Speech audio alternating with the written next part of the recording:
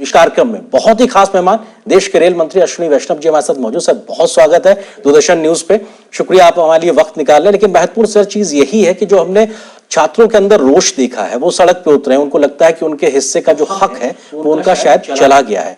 ऐसे छात्र जो अपने आप में परेशान हैं और सड़क पे उतर आए हैं, क्या उनके लिए उनको फौरी तौर पे आप कहेंगे और किस प्रकार से रेलवे उनके तमाम ग्रीवांसेस कंसर्न्स को ध्यान रखते हुए आगे कदम उठाएगा?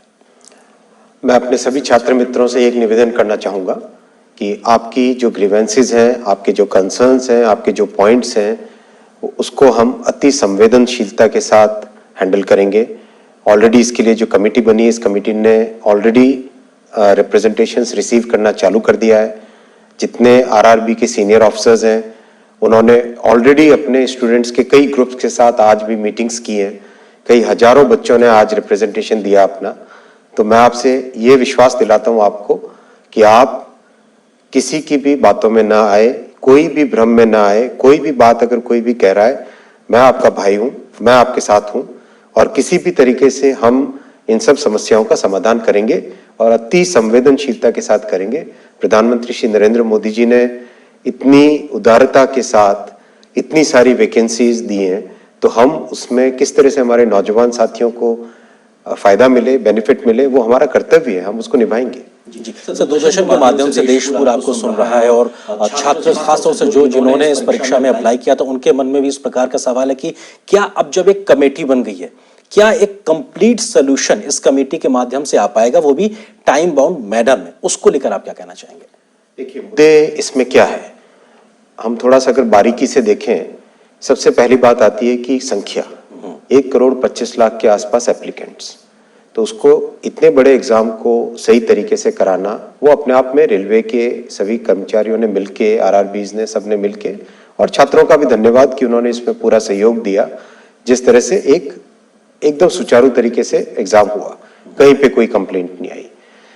नंबर ऑफ वैकेंसीज के अगेंस्ट कितने को शॉर्टलिस्ट करना है, वो एक पुरानी प्रथा है, वो हमेशा से नियम चला आ रहा है। 2015 से पहले 10 गुने होता था। 10 गुने होने से बहुत कम लोगों को चांस मिलती थी। मोदी जी ने आके 2015 में आने के बाद में इसको 15 गुना किया पहले, फिर 2019 में इसको 20 गुना किया। यानी अधिक से अधिक छात्रों को वैकेंसी के अगेंस्ट चांस मिले मेन एग्जाम देने का। तो ये अब इसमें मुद्दा क्या आया? मुद्दा ये आया कि 20 गुना वैकेंसी के हिसाब से अगर हम कैलकुलेशन करें तो एग्जैक्टली 35,000 के अगेंस्ट 7 लाख बच्चे शॉर्टलिस्ट हुए हैं। अब हर एक कैटेगरी में कैटेगरी वाइज अगर हम देखें तो लेवल 2 की कैटेगरी 5,663 के अगेंस्ट 1,13,000 20 गुना हुआ।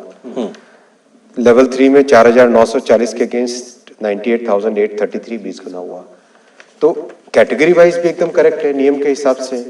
अब इश्यू क्या है कि कई बच्चों ने एक से अधिक कैटेगरी में compete किया है जी, और उसमें शॉर्टलिस्ट भी हुए। तो शॉर्टलिस्ट होने के कारण ओवरऑल 7 लाख यहाँ नंबर आता है। लेकिन जो छात्रों का कहना है कि जो बच्चे एक से ज्यादा कैटेगरी में compete करके, उनको आप सिर्फ एक ही गिनिए। तो ये एक ऐसी चीज है जिसको समाधान किया जा सकता है। इसके लिए कोई सड़क पे उतरने की जरूरत नहीं है, इसके लिए कोई आग लगाने की जरूरत नहीं। रेलवे आपकी अपनी खुद की संपत्ति है। छात्रों से मेरा निवेदन है। सर आपने जो समाधान शब्द कहा, चिंता छात्रों को यही है कि वो समाधान क्या होगा, क्योंकि बहुत बड़ी संख्या में छात्रों को लग रहा है कि शायद उनके हिस्से का हक चला गया। तो क्या वो 20 गुना संख्या रहते हुए हर प्रकार के छात्र को उसको वाजिब हक मिल सके, इसको लेकर क्या समाधान हो सकता है? मिलता है कि इसका समाधान संभव है। और जिस संपर्क के साथ जो आज रिप्रेजेंटेशंस आए छात्रों के, उन छात्रों के रिप्रेजेंटेशन को देख के भी लग रहा है कि इसका समाधान संभव है। कमिटी बहुत ही सीनियर और एक्सपीरियंस्ड लोगों की है, जिन लोगों ने रिक्रूटमेंट में बहुत सारा एक अनुभव हासिल किया हुआ है। तो मेरा निवेदन है छात्रों से, मात्र 3 हफ्ते की बात है, 3 हफ्ते में आप सबके सब रिप्रेजेंटेशंस देंगे और 3 हफ्ते के तुरंत बाद इसका समाधान निकल जाएगा। मुझे विश्वास है कि इसका समाधान निकल जाएगा। जी। सर एक कंसर्न ये भी है कि साहब एक बच्चे का एक से ज्यादा जगह पे उसका नाम दर्ज है, जो 20% ज्यादा या 20 गुना ज्यादा आपने कहा कि जिन बच्चों को उस लिस्ट में एक तरीके से उनका नाम आया है, तो ये एक बच्चों को तर्क दिया जा रहा है, बच्चे तर्क इस बात को दे रहे हैं कि साहब ये उनके साथ अन्याय है क्योंकि एक व्यक्ति का नाम एक से ज्यादा जगह है, तो ऐसे में वो अप्लाई या ज्वाइन तो एक ही जगह करेगा, लेकिन उसका नाम ज्यादा होने से किसी और का हक मारा जा रहा है। ये एक क्या तकनीकी इशू है और इसका समाधान कैसे होगा? देखिए, हमारी संवैधानिक व्यवस्था में दो चीजें बहुत इंपॉर्टेंट हम सबको समझने की है। पहली कि हम किसी भी परीक्षा में हमेशा मिनिमम क्वालिफिकेशन प्रिस्क्राइब करते हैं, मैक्सिमम क्वालिफिकेशन प्रिस्क्राइब नहीं कर सकते। जी। पहला तो इसका मतलब ये हुआ, अगर कहीं पे 10+2 क्वालिफाइंग क्राइटेरिया है, उसमें अगर एक कोई ग्रेजुएट बच्चा अगर अप्लाई करता है तो हम उसको रोक नहीं सकते, राइट? पहला ये। दूसरा, हम किसी भी छात्र को एक से अधिक परीक्षाओं में बैठने से नहीं रोक सकते, क्योंकि ये सबका हक है, ये कॉन्स्टिट्यूशनल राइट है कि मैं जितनी अपॉर्चुनिटीज मुझे मिले हर एक अपॉर्चुनिटी में मैं ट्राई करूं। ये सभी का एक रहता है, हम भी उसी प्रक्रिया से गुजरे हैं, हमने देखा है ये तकलीफ क्या होती है, ये दर्द क्या होता है, इसमें किस तरह से मानसिक तौर पे जो पेन होता है, जो टेंशन रहता है, जो एंग्जाइटी रहती है, वो मैं समझ सकता हूँ, बहुत अच्छे से समझ सकता हूँ।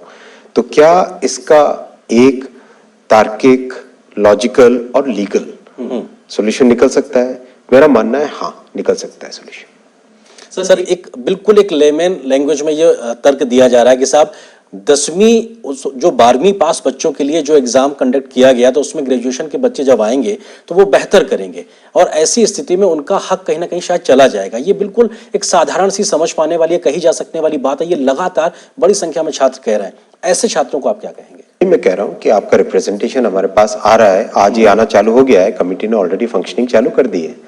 कमेटी कल बनी, आज से फंक्शनिंग चालू कर चुकी है, कल से ही चालू कर दिया था फंक्शनिंग। आरआरबी सभी छात्रों के साथ मिलना चालू कर दिया ऑलरेडी, रिप्रेजेंटेशंस कितने सारे रिसीव हो चुके हैं, तो मुझे पूरा विश्वास है कि इसका सोल्यूशन निकलेगा। जी। सर महत्वपूर्ण चीज ये भी है कि किस तरीके से आप ये कह रहे हैं 3 सप्ताह तक एक समय, एक विंडो खोल के रखी है कि आपको वो अपने आप में देना है। महत्वपूर्ण चीज ये भी है कि अब जब 3 सप्ताह का समय है, आपने एक टाइम बाउंड तरीके से आगे बढ़ने की बात करी है, तो क्या ये 3 सप्ताह अपने आप में पर्याप्त होगा? कई छात्र इस बात को लेकर भी कह रहे हैं कि जब आपको इतना लंबा वक्त लग गया इस पूरी प्रक्रिया को कंडक्ट करने में, एग्जाम कंडक्ट करने में, तो क्या 3 सप्ताह में आप इतना बड़ी प्रक्रिया को फिर से कंडक्ट कर पाएंगे? कि 1,25,00,000 लोगों का एग्जाम लेना कोई छोटी बात नहीं होती है। जी। आप देखिए, बड़े बड़े एग्जाम अगर है, यूपीएससी का एग्जाम, जेई का एग्जाम, इन सब एग्जाम में संख्या लाखों में ही होती है। ये 1 करोड़ से ज्यादा का है और उसको भी ढंग से कराना, एकदम बिल्कुल फेयर वे में कराना, ट्रांसपेरेंट वे में कराना, डेफिनेटली एक बड़ा काम होता है। ये मेरे ख्याल से सब बच्चे भी समझते हैं। मुझे बच्चों ने, किसी ने, मतलब जो मुझे फीडबैक मिला, जितना मेरा संपर्क हुआ और जो संवाद हुआ, उससे जो समझ में आया कि कंप्लेंट वहां नहीं है, मुद्दे दो हैं। एक मुद्दा जो अभी आपने 20 टाइम्स वाला बोला, दूसरा मुद्दा है ग्रुप डी का, कि आप इसको सिंगल फेज करेंगे या डबल फेज करेंगे। तो डबल फेज के पीछे सोच ये थी कि 1,25,00,000, उसमें भी 1,35,00,000 या 1,15,00,000 के आसपास एप्लीकेशन है, 1 करोड़ से अधिक है। तो उससे इतने बड़े एग्जाम में यूनिफॉर्मिटी कैसे लाए? आज मान लीजिए मैं अगर प्रीलिम एग्जाम दे रहा हूँ, उस दिन अगर मेरी तबीयत थोड़ी कमजोर रही, तो उस दिन मैं एग्जाम ढंग से परफॉर्म नहीं कर पाया, तो मेरे पास कम से कम एक और चांस होना चाहिए मेन एग्जाम के टाइम में ढंग से मेरिट में आ जाऊं, राइट? ये थॉट प्रोसेस के साथ 2 स्टेज किया गया था। लेकिन जो पुरानी सिस्टम था जिसमें सिंगल स्टेज में किया जाता था, और अभी जो छात्रों का रिप्रेजेंटेशन है, उसका भी एक समाधान निकल सकता है। ये कोई बहुत बड़े ऐसे मुद्दे नहीं है जिन मुद्दों पे सड़क पे उतरना पड़े। सड़क पे उतरे हुए छात्र ये भी कह रहे हैं कि जो सेकंड फेज में आपको जो प्रक्रिया अपनानी थी, आपने पहले ही फेज में अपना ली, इसकी वजह से भी उनको दिक्कतें पेश आ रही हैं।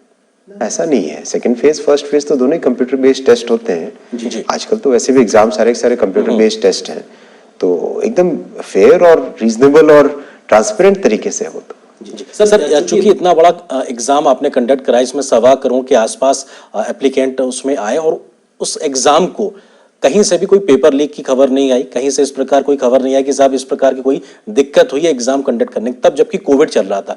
इसको तो हर कोई अप्रिशिएट कर रहा है। किस प्रकार का वो एक बड़ा चैलेंज था जो आप उससे निकल आए, लेकिन इस प्रकार की छोटी छोटी चीजों को लेकर अब दिक्कतें पैदा हो रही हैं। देखिए, जब इतनी कठिन परिस्थितियों में भी इतना डिफिकल्ट एग्जाम कर लिया है, तो इस प्रॉब्लम को भी सॉल्व करेंगे, आप निश्चिंत रहिए। और छात्रों को भी मैं कहता हूं कि आप छात्र भाइयों को मैं कहता हूं कि निश्चिंत रहिए, आप, इसका सॉल्यूशन निकलेगा। सर हमने देखा कि जो छात्र सड़क पे उतरे थे और उसके बाद में उनके साथ में पुलिस की कार्रवाई भी हुई। इसको लेकर भी बहुत ज्यादा खबरें बनी, उस सबको लेकर रेलवे की संपत्ति का नुकसान भी हुआ। आप इस पूरे घटनाक्रम को किस तरीके से देखते हैं? क्या ये एक टाली जा सकने वाली एक स्थिति हो सकती थी? मेरा मानना है कि देखिए, कॉन्स्टिट्यूशनल व्यवस्था में हमें फंडामेंटल राइट्स पे हम बात करते हैं, लेकिन हमें अपनी खुद की स्वयं की ड्यूटी को भी देखना पड़ेगा। हम सभी नागरिकों को अपनी ड्यूटी को भी देखना पड़ेगा। पब्लिक प्रॉपर्टी को बचाना, चाहे रेलवे हो, सड़क हो, कोई भी ऑफिस हो, कुछ भी हो, सड़क, एक स्ट्रीट लाइट भी हो, बचाना वो हमारी फंडामेंटल ड्यूटी भी है। मैं नहीं मानता कि हम देश में एक, जब देश का निर्माण कर रहे हैं तो इस देश के निर्माण में हम सबको अपना अपना रोल लगाना पड़ेगा। भगवान राम ने जब सेतु बनाया तो वो गिलहरी का भी एक रोल था। तो हम सबको अपना अपना रोल तो करना ही पड़ेगा। हम ये नहीं कह सकते कि हमारी ग्रीवेंस है तो हम कानून को हाथ में ले लेंगे, ये ऐसा नहीं होना चाहिए।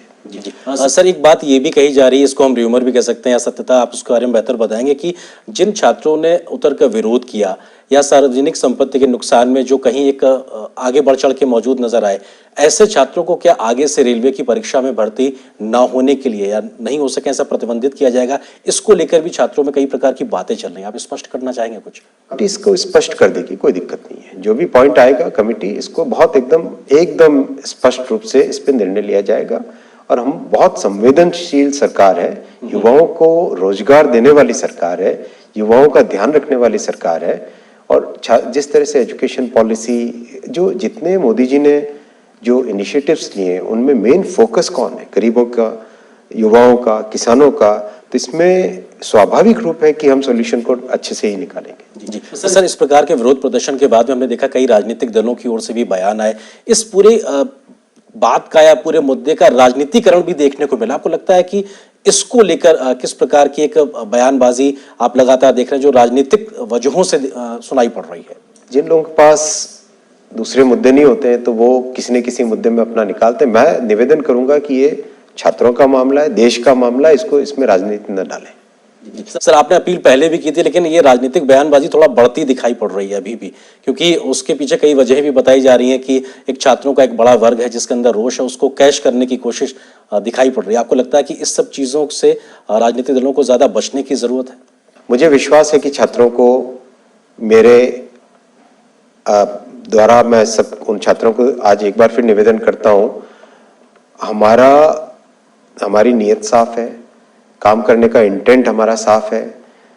सरकार में प्रधानमंत्री श्री नरेंद्र मोदी जी ने देश को नव निर्माण की तरफ ले जाने वाला जो यज्ञ चलाया है, इसमें कहीं पर भी कोई भी हर किसी को जुड़ने की बात है, अलग होने की बात नहीं। तो मुझे विश्वास है कि छात्रों का हमारे ऊपर ही विश्वास रहेगा, चाहे कोई कितनी भ्रमित करने की कोशिश करे। सर, इस पूरे प्रोसेस के तहत जो नॉर्मलाइजेशन की प्रक्रिया को अपनाया जाता है, उसको लेकर भी सवाल है कि साहब आप करना तो बेहतरी के लिए चाहते हैं, लेकिन कई बार उसकी वजह से कुछ छात्रों में भ्रम है कि शायद अच्छा स्कोर करने के बाद भी उनका नाम शॉर्टलिस्टेड लिस्ट में नहीं होता। इसको लेकर कुछ कहना चाहेंगे? नॉमिनेशन दुनिया के हर परीक्षा में होता है, करीब हर बड़ी परीक्षा में होता है, और उसके बिना आप कैसे मैनेज करोगे किसी भी एग्जाम को? अगर 1 करोड़ संख्या है, एक सेंटर है, कितने, मतलब हजारों की संख्या में शिफ्टों में काम होता है।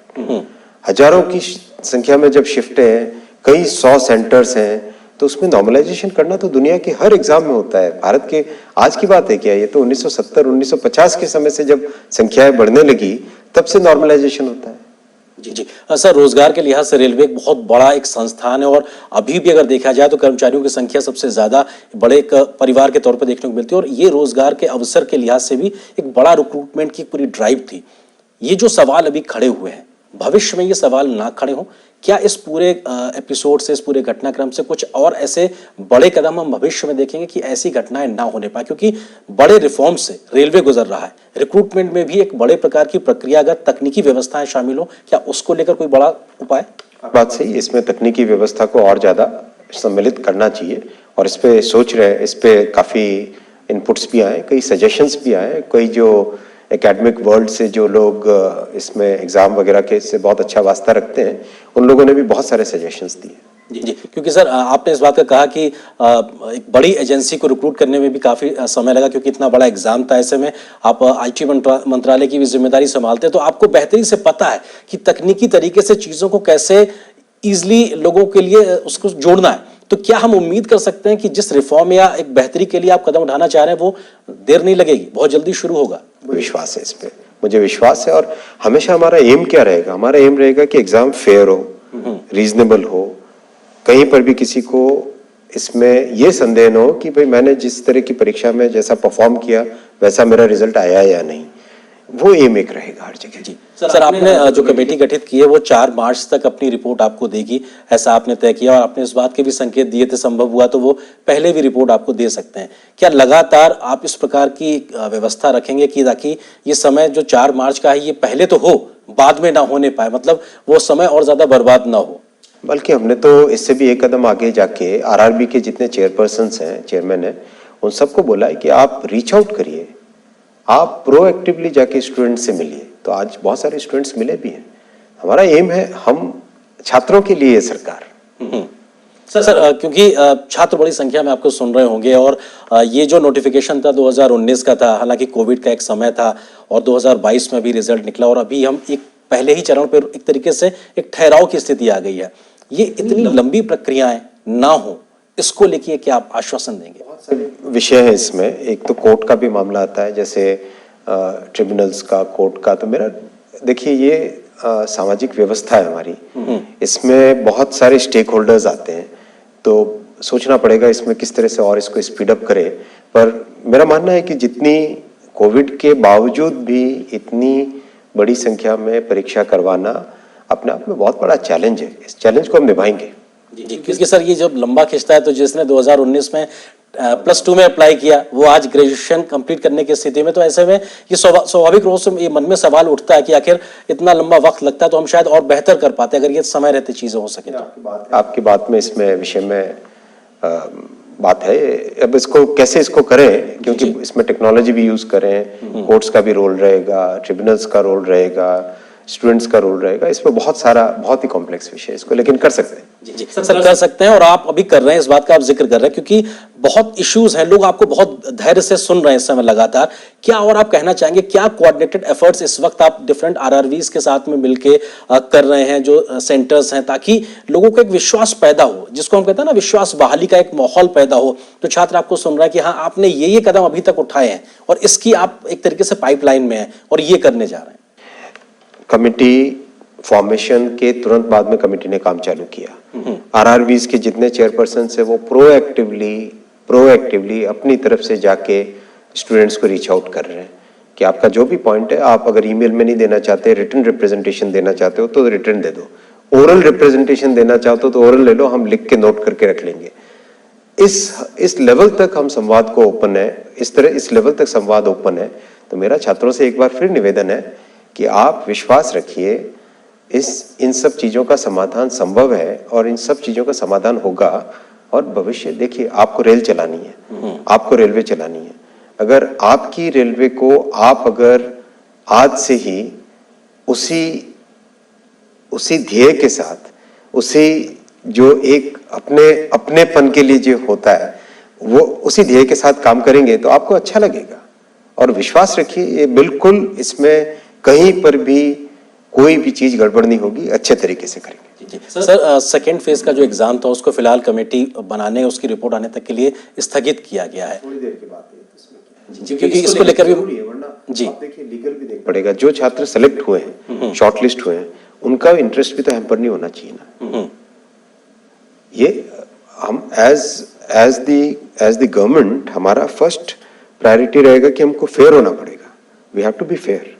तो जो लोग सेलेक्ट हुए हैं उनका इंटरेस्ट भी हैम्पर ना हो, वो भी तो देखना पड़ेगा ना। जी, क्योंकि जो आप सेलेक्ट हुए उनका इंटरेस्ट हैम्पर ना हो, इस बात को लेकर भी दूसरी तरफ से भी ये तर्क दबी जबान से ये आ रहा है कि साहब ऐसा ना हो कि अब एक दबाव में इस प्रकार की कोई प्रक्रिया अपनाई जाए जिनमें जो छात्र पहले लिस्ट में आए हैं उनका नंबर के साथ में कंप्रोमाइज हो। बिल्कुल एकदम फेयर वे में करेंगे, कम से कम वो आश्वस्त रहे। 100% पक्का आश्वस्त रहे। बिल्कुल पक्का। सर एक अंतिम एक सवाल आपसे यही कि जो छात्र उतरे थे विरोध प्रदर्शन के लिए, अब वो आगे ना उतरे, बैठे और इंतजार करें। लास्ट में आप उनसे क्या एक अपील करना चाहें, क्योंकि राजनीति भी बहुत देखने को मिल रही है, भले आप बहुत राजनीतिक कमेंट नहीं करना चाह रहे हैं, बट फिर भी इसमें राजनीति करने की भी कोशिश साफ तौर पे दिखाई पड़ रही है। मेरा एक ही निवेदन है सभी छात्रों से, आप बिल्कुल भी किसी की बातों में भ्रम में ना आए। आपके पास एक डायरेक्ट चैनल है आज संवाद का, उस चैनल को यूज करें, अपनी बात को स्पष्ट तरीके से रखें और जितनी बार रखना चाहते हैं उतनी बार रखें। आपकी बात सुनी जा रही है, आपकी बात को संज्ञान में लिया जा रहा है और इसको एकदम फेयर तरीके से, एकदम लीगल तरीके से इस पे समाधान निकलेगा। किसी भी एक छात्र का हक उसका मारा नहीं जाएगा। जी, बहुत शुक्रिया सर हमसे बात करने के लिए और इस विषय पे विस्तार से बात रखने के लिए, क्योंकि देश के बड़ी संख्या में छात्र ये जानना चाहते हैं कि रेल मंत्री और रेल मंत्रालय किस तरीके से इस विषय पे आगे काम कर रहा है और न सिर्फ अभी के लिए बल्कि भविष्य में भी ऐसा कोई स्थिति परिस्थिति पैदा ना होने पाए, ताकि ऐसी स्थिति आए कि छात्रों को सड़क पे उतरना पड़े। तो फिलहाल सर बहुत शुक्रिया हमारे साथ जुड़ने के लिए। रेल मंत्री अश्विनी वैष्णव जी हमारे साथ में जुड़े थे, उन्होंने तमाम बातों को विस्तार से रखा। तो इस विशेष कार्यक्रम खास मुलाकात